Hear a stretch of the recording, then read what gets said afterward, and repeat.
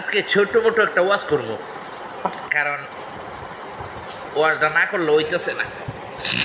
আমরা মক্তবের মধ্যে বুড়া লোক আছে না, 5 কলিমা পারে না। আগেরকার জমানার মানুষ তো আমাদের হুজুর একটা আইন করছে, প্রতিদিন আসরক তো কলিমাটা শিখাইব। তো আমার নানা গেছে, শাস্ত্র না কইতেছে, আপনি কলিমা পারেননি? পারি।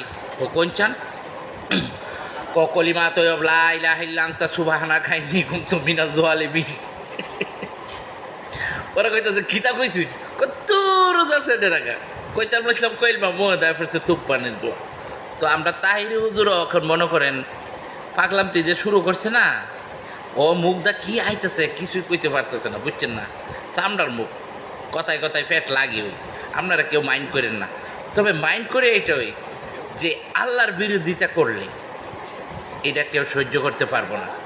তাই আমি বলতেছি, ওরে বলেন, দেশের মানুষ জনগণ সবাই বলেন এখনও সুযোগ আছে ভালো রাস্তা আওয়ার জন্য, যে ওয়াজের মাঝে গিয়ে হ্যামটা তালের নাইস জিকির করে বেড়া বিড়ি একসাথে হইয়া এগুলো বন্ধ করতে বলেন, ঠিক আছে?